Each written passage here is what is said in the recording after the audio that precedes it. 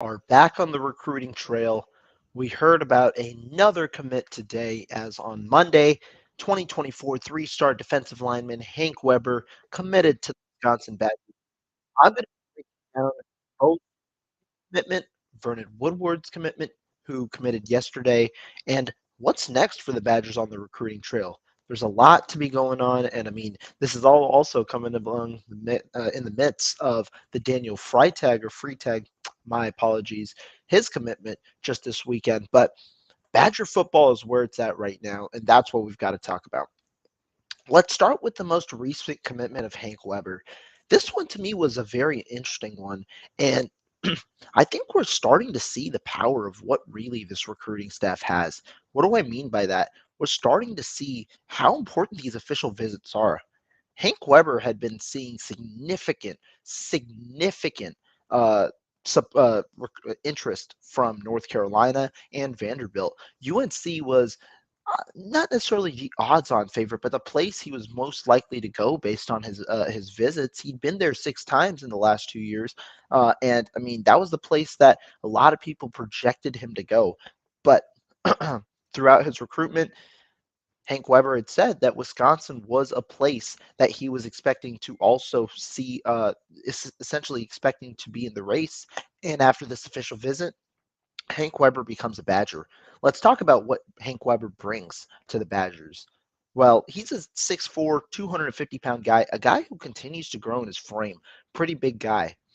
He's expected to play that 3 tech to 5 tech role, a versatile role for the Badgers. And I think that that's going to be important because right now the Wisconsin Badgers, they don't have much in their defensive line room for the 2024 class. This is the first commit they have. Remember back, I believe in February now, or it was either, no, it might have been April, forgetting the months exactly, but the Badgers landed 3-star outside linebacker Thomas Heiberger out of South Dakota. That was one of their earliest commits in the class. They're also in the race big time for 2024 outside linebacker Anelu Lafaele. Two guys that are in that hybrid edge outside linebacker role. That is a little bit of a more of expanded role in this group. Remember, in the old defense, it was more so of a pass rushing role, maybe a situational role. With that edge role, but now in this defense that Mike Tressel has, I've seen it in the spring practices that we've done. There are a lot more roles. You could be a blitzer. You could be a straight up pass rusher. You're going to need to be able to run defend. But it's not only just playing at the 5 tech, or it's not only playing maybe as a wide nine. Instead, it's you're coming out, you're moving in space. You might even be utilized as a regular linebacker. We've seen packages where Daryl Peterson, the team's top outside linebacker this year, was in alignment with Najong Meta, obviously the inside linebacker, the middle linebacker of the team.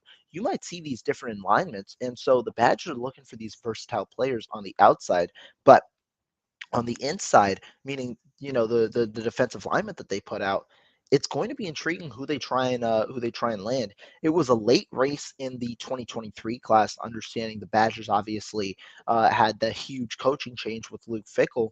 We're still able to land 3-star defensive tackle Jamel Howard, their top prospect or top recruit on the board, who initially decommitted, seemed like he might be going to Michigan, ended up committing to Wisconsin. A huge land there, but the Badgers are looking to add another body on the defensive line, potentially even at defensive end as well. You've got a couple of players coming in. Dominic Nichols was another edge rusher the Badgers hosted on an official visit earlier this week. They've got so he obviously was the guy who they brought in alongside Hank Weber this week. Or sorry, this past weekend. Let me clarify. And it seemed like that visit went well too. Benedict Ume, a late riser in the class in terms of the Badgers' interest, a 4-star defensive lineman. He was on campus this past Friday, and so he's another guy who could be in the mix, albeit a little later than some of the other guys. Next week, Dominic Kirks comes onto campus, as well as Obina Onwuka comes onto campus. Kirk's a 3-star, Onwuka a 4-star. Regardless of what they're rated, there are a couple of prospects that the Badgers want to bring in. Another guy, a guy who they're, I believe, in the top 3 for, is Liam Andrews, a 4-star offensive lineman who is the number 1 rated interior offensive lineman, I believe, in the entire 2024 class. However, the Badgers don't want him in their offensive line room. Instead, the Badgers are looking to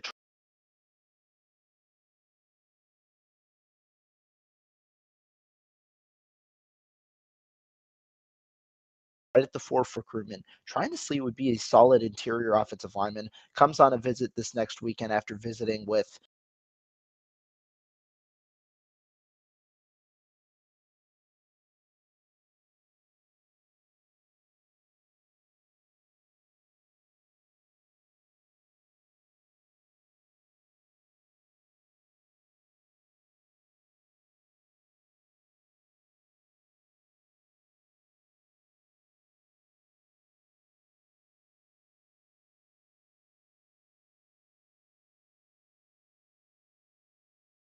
for the Badgers in the 2024 class.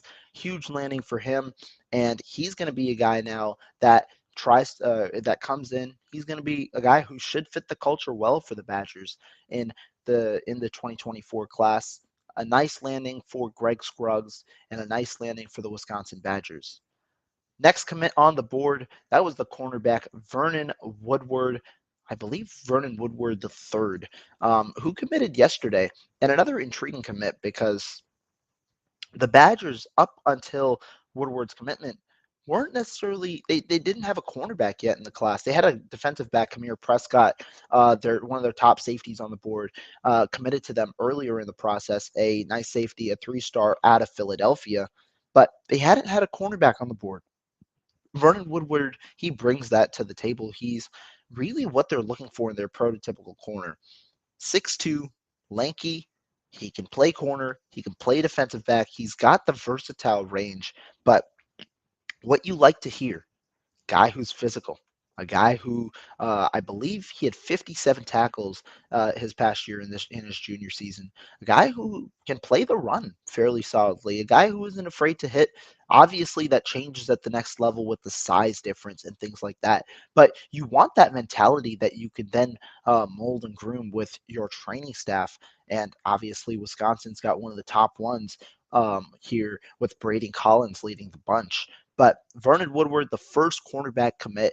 And I think this is honestly an intriguing position because the Badgers didn't have any commits coming into this weekend, but I think they're in a pretty good spot when it comes to cornerbacks. And I wouldn't be surprised if they lock up the position by next weekend. The Badgers have a couple of guys coming on official visits this month. Woodward was one of them. He came this past weekend and committed after his official visit. But then you also have Lloyd Irvin, a guy who they offered recently, a guy from Maryland who's top high on their board. Another lanky guy. He's 6'3", around 180 pounds. They have Jay Harper from Alabama, a smaller corner, 6 foot, 165, who's coming in next weekend. And then a recent guy on the board, a 4-star Emilio Agard out of Pennsylvania. He is also coming in next weekend, a guy who recently booked his official visit, 5'10", 165 pounds. Then you've got some other guys that they're looking for in that room. Jalen Todd, Miles Lockhart, they're coming in the weekend after. But I wouldn't be surprised if the final guy commits next weekend. Lloyd Irvin could be that guy. And the reason is they have a lot of targets who do feel pretty highly about the Badgers. And so I wonder how, how they play it out. And remember, this has been a huge, tumultuous offseason and really full season about the Badgers and their defensive back room. It was pretty clear Luke Fickell, not too big of a fan of the cornerbacks that were previously here, didn't play that strongly in spring ball either, leading to 3 transfers, a Corey Lyde, Avion Jones amongst them. And so, you have a couple of transfers coming out, or 3 transfers going out of the room. The last one being Al Ashford, of course, who committed to Utah State, who wasn't there at spring practice, still nursing back from the injury. But you have 3 guys who transferred out. You also don't really have too big of a gap in terms of your starting talent and then your second guys, because remember, guys like Jonas DeClona, guys like Jace Arnold, they were the second teamers this past offseason. And one thing I'll point out with the cornerback room, Jonas DeClona, Jace Arnold, and really the entirety of this cornerback room, they're small. 5'9" to 5'11" guys. Even last year's group with Jay Shaw, Justin Clark, Cedric Dort amongst the starters alongside Alexander Smith, none of them over 6 foot tall. And that's an issue. The Badgers, one of the reasons their defense was not as strong in the secondary, were beaten over the top because receivers were just bigger than them, able to beat them at the catch point, and that's an issue, especially in the way that Luke Fickell and company wants to play. Now, I think this new scheme is a little more comfortable for cornerbacks. It's a little more of a defined role, and that is going to help the cornerbacks. But Luke Fickell and company has also showcased we can mold these lankier cornerbacks. Obviously the issue with some longer cornerbacks with wider wingspans, you got some holding penalties that you might have to worry about. You've got the grabbing tendencies, the hips are huge because you obviously want quick hips as a cornerback, and sometimes they lead to stiffer hips. But he's molded two NFL cornerbacks that are 6'2" or above, and Kobe Bryant and Sauce Gardner. Both of them were drafted in the 2022 NFL draft. Kobe Bryant, I believe, a fourth or a fifth round pick by Seattle. Sauce Gardner, obviously, the fourth overall pick by the New York Jets. That's been a huge selling point overall in conversations. Anytime I've talked to a recruit in the cornerback room or in the secondary room, they talk about how they have confidence in the staff, understanding they were molding a cornerback in similar stature to them. And so Vernon Woodward, going back to him, he fits this mold. Aggressive. I'm interested to see how his coverage skills translate over. But a cornerback who they had high on their board, who ended up committing, I wasn't. It's not that I was surprised necessarily, but I wasn't necessarily expecting the commitment this early, straight after the official visit. Looking at the other options, though, Lloyd Irvin, like I said, 6'3", 180. He could be a guy that commits next weekend. And with what I said about the room, a smaller room, wouldn't be surprised if the Badgers go with two longer cornerbacks in this class to try and, balance that out. Because I wouldn't be surprised if Jonas DeClona, Jace Arnold, those guys translate over to the slot later in their careers, while guys like Amari Snowden, a guy who should be on campus in the fall, and other guys like Vernon Woodward or maybe even Lloyd Irvin or whoever they end up landing, take the reps on the outside. That could be a balance that they have because even in the slot, they don't have much depth. Amon Williams was there in the slot this year as the backup, and Jason Maitre, the 6-year defensive back, he was in the slot this past offseason. But Maitre's gone after this season. And Amon Williams, I don't know if he's the guy who they plan to be their starter. So, you might want to start developing guys in the slot. And Jonas DeClone and Jace Arnold, they saw time on the outside because that was, where the Badgers needed some guys. They didn't have much depth. But now you could move them over to the slot, try out some other guys on the outside, and you might get a better balance and, a better understanding of what your future could be, understanding how the system works well for defensive backs. But that's what I'm going to say about the corners. Let's look forward and let's talk about some of the recruiting going on a little later. The Badgers obviously coming out a little stronger so far. 2 commitments, but a lot of interest. A guy who has popped up on radars, 4-star offensive lineman Kevin Haywood, who I expect right now to end up with the Badgers. He's a guy from Pennsylvania, a 4-star offensive tackle who has seen a wide variety of interest, was expected to take a couple of official visits next weekend. So that's why I'm not exactly sure. Does Kevin Haywood end up committing this weekend, or does Kevin Haywood end up after, or later on if he chooses to come to Wisconsin, of course. But talking about Kevin Haywood, it seems once again seems like the Badgers did very well on their official visit with the prospect, and that's a huge sign.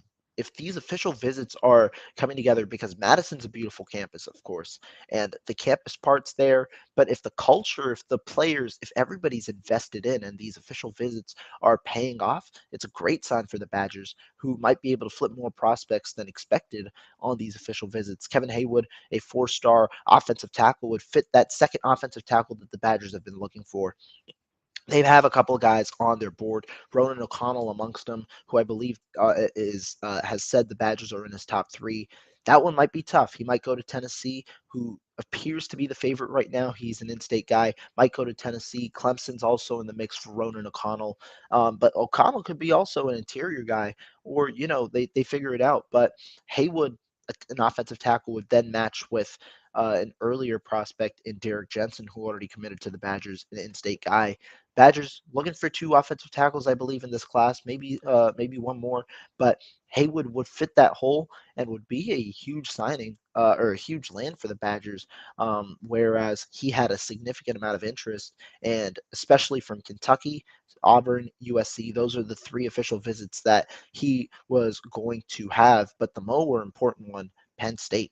That's been the place, the in-state option for Kevin Haywood. That's been the place that many thought Kevin Haywood would most likely end up at. But if the Badgers can flip him compared to Penn State, that would be a huge, huge land for Colin Hitchler and Jack McNeil, the two top recruiters on his case, obviously for the Badgers. Other guys that have obviously that could land up with the Badgers. I spoke about one earlier, Anelu Lafayette, the top edge rusher on the Badgers board for months now. He's been for months, and that he's a guy who he's talented. I mean, he's a guy who you can make the comp to Nick Herbig in that regard in terms of his intangibles and or sorry his size, the way that he plays. More of a situational pass rusher would be in maybe a bit of a different role, understanding the new scheme. But he's a guy who's high on the board, and also, I mean, you can't deny that the Madison to Hawaii pipeline or Hawaii to Madison pipeline, excuse me, is there. Herbig, Kamoy Latu, there are a couple of guys on the board for the Badgers that obviously share a similar experience to Anelu Lafayette, and that means a lot to him, that culture fit. And so we'll see, obviously, if he ends up committing sooner than later. But he's been another guy in the mix, has seen interest from other schools as well, and he I think he's probably got about a top four, maybe.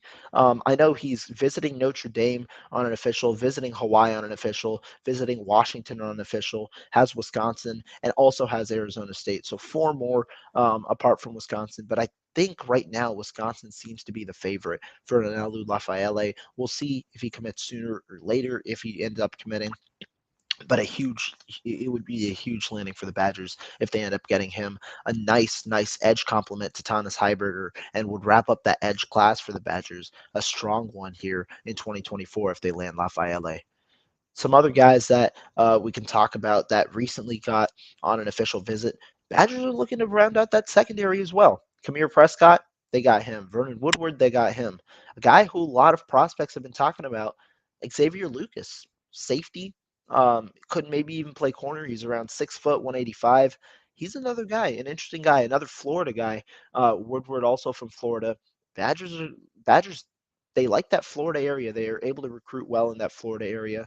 Lucas is the guy who could fit in the mold there, and he could be, he's a guy who's also on the Badgers boards. He could be there. Some other offensive line guys that I've talked about, that I talked about, Ronan O'Connell, obviously, but the interior guys. The Badgers might want some guys on the interior. Liam Andrews, a guy who fits in that mold. Another guy, Ryan Corey from Pennsylvania, another state where the Badgers have recruited strong. Corey, he's gotten interest from Pitt and Vanderbilt. Wisconsin also in the mix there. Hopefully they can get him. But so far, what I've got to say, props to Luke Fickle, props to the recruiting staff. It's been a strong start to June, and obviously, this is just the first part of it. There's a lot to come for the Badgers on the recruiting front. Couple of positions, though, they've gotten out of the way to start. You got your cornerback in Vernon Woodward. That's one of them. Still looking for another one at least. And then you also have the commit today in defensive lineman Hank Weber. A nice flip, whereas he had seen significant interest from North Carolina and Vanderbilt. That's all for now. We're going to be back soon with some more content once the Badgers keep the ball rolling. It's been an exciting offseason so far. A lot of stuff that came out of spring, a lot of stuff that came out of obviously the transfer portal, and now the fun part begins again with recruiting in June. The official visit season is starting. For those of you guys that are tuning in, thank you guys so much for watching. Be sure to subscribe to the channel. Click notifications for the latest Badger updates and the rest of what's going to happen in June, because it's going to be a fun month. And also make sure you guys download the podcast on Apple Podcasts. Links will be in the description. I'm putting this out on Apple Podcasts so that you guys can tune in even if you can't catch it live. But guys, thank you so much, and we'll catch you guys next time.